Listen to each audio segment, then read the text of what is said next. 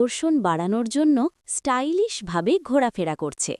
এরপর সে এক সাদা বিড়াল অর্থাৎ বিবাহিত পুরুষ বিড়ালের কাছে গিয়ে নিজের অজান্তেই তাকে ফাঁদে ফেলে তার সাথে সেলফি তোলে এবং সময় কাটায়।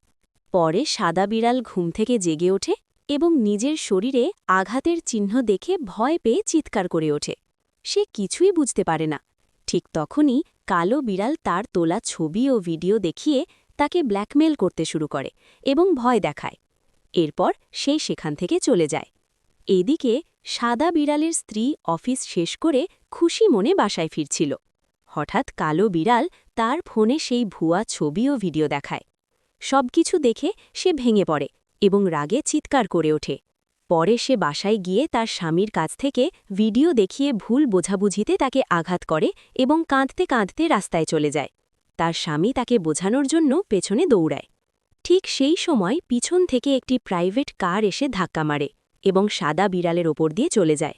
স্ত্রী দূর থেকে সব দেখে সাথে সাথে দৌড়ে এসে কান্নায় ভেঙে পড়ে তার স্বামীর কাছে ছুটে যায়। এরপর দ্রুত তাকে হাসপাতালে নিয়ে যায়।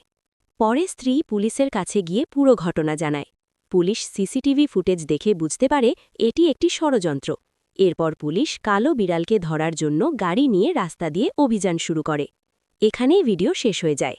তো বন্ধুরা, আমাদের কার্টুন ভিডিও গল্প আপনাদের কেমন লাগে অবশ্যই কমেন্ট করবেন। লাইক ও শেয়ার করতে ভুলবেন না।